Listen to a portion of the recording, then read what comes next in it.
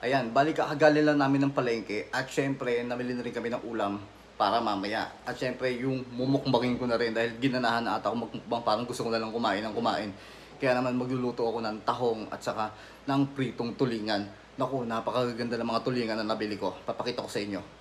Eto guys, yung nabili ko. Ayan, tulingan na napakarami at saka napakatataba. At saka syempre, 2 kilong tahong. Napakasarap naman nakain ito. Kaya naman ipe-prepare ko muna ito at saka natin lutuin. Eto guys, naglagay na ako ng tubig dito. Syempre, ito yung tahong. Ayan, gagawin natin dito. Lilinisin muna natin yung tahong. Hindi natin pwede yan basta-basta lutuin.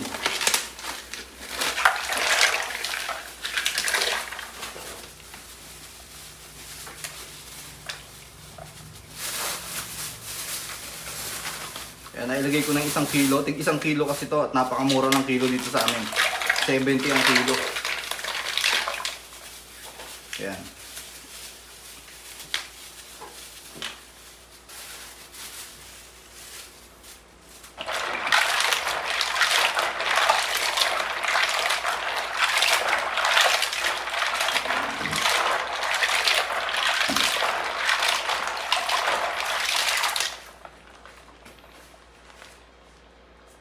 Ipapakita ko na lang sa inyo kapag lulutuin ko na.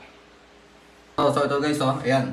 Na-prepare ko na yung yung mga aromatics. So meron diyang sibuyas, bawang, kamatis, sili. Ayan. Pinagsama-sama ko na diyan. May luya din pala yan para masarap. Sindihan muna natin kalan. Salang natin ng malaking kawali. Painitin muna natin yan, then maglalagay tayo ng mantika.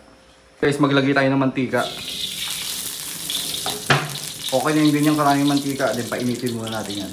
So guys, mainit na yung mantika. Igisa na natin yan, sabay-sabay. Sisimplehan lang natin yung pagluluto niyan. Guys, dinamihan ko lang yung dyan. Yung mga ingredients, itong aromatics, dinamihan ko. Sabi nga ni Tito Jack, safe na yung ganyan. Lagyan na natin yung tahong. Ayun o. Haluin lang natin yan. Ayun idol ko yun si Tito Jack. Napakasarap yan.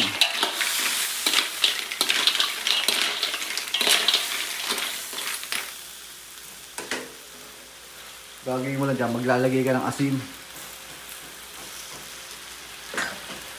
Bago lagyan mo ng paminta.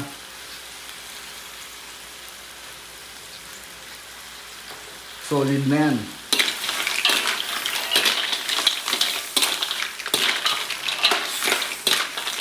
Huwag mong lalagyan ng tubig yan. Hahayaan natin ganyan yan.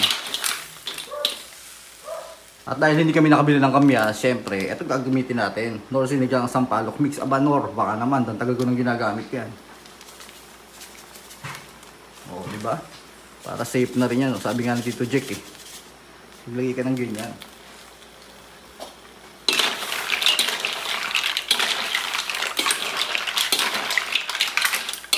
Basta huwag mo lang lalagyan ng sabaw.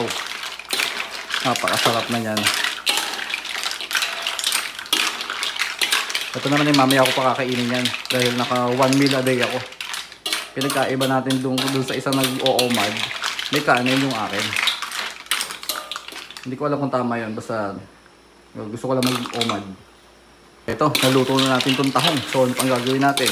Hayaan muna natin na ganyan yan. Dahil ipiprito naman natin yung napakatatabang tulingan. Salang naman natin itong kawali. At magpiprito na tayo dito. Lagyan natin ng mantika yan. Para tuloy-tuloy na. Pag init ng kawali, mainit na rin yung mantika. Yan, okay na ganyan. Lagay na natin to.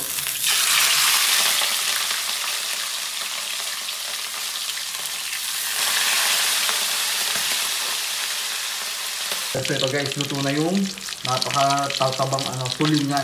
So yan ang uulamin ko mamaya. Saka yung tahong. Ayan, so ito guys, kain tayo. So meron ako ditong ito yung pinirito ko kanina. Napakasarap na tulingan. Ang laki-laki niya, kaya napakaganda Tignan nyo, ang taba-taba pa. Kaya binili ko yun And syempre meron tayong sausawan dito ng tulingan. Napakaanghang na toyo mansi. Sarap. Syempre meron tayo ditong tahong. napakadaming tahong. Yan, kanin.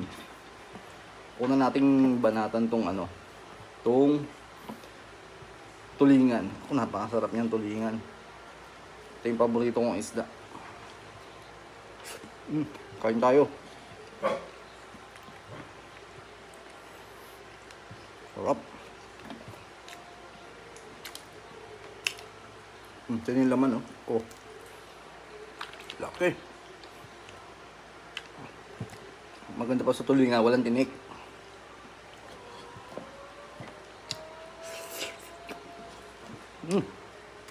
Hop. Kulit yung sabaw ng ano.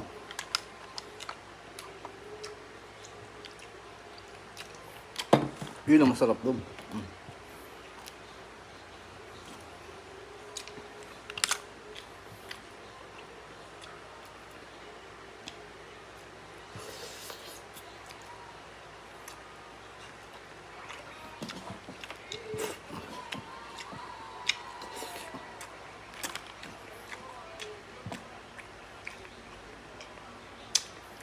Tatanggalin lang natin yung dumi sa gitna.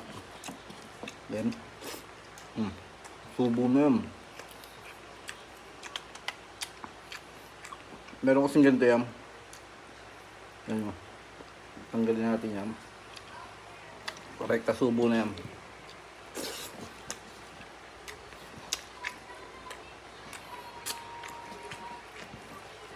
Bilangan ko pa.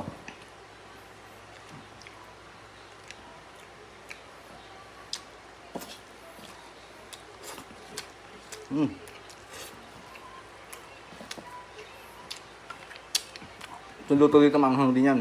Nakita nyo naman kanina yun. Sarap yan, lutong yan.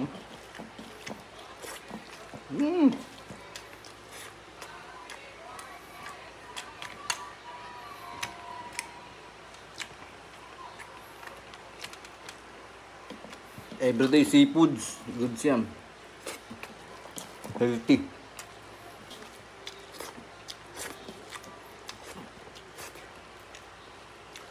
Sarap. Tingnan nyo naman, oh. Walang tinik kaya, ano, oh.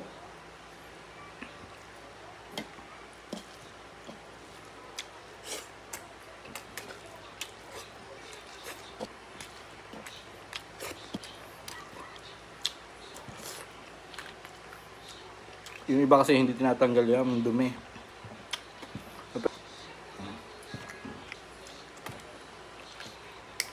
Ang lalaki ng laman, no? Ang liit ng shell niya, pero ang lalaki ng laman.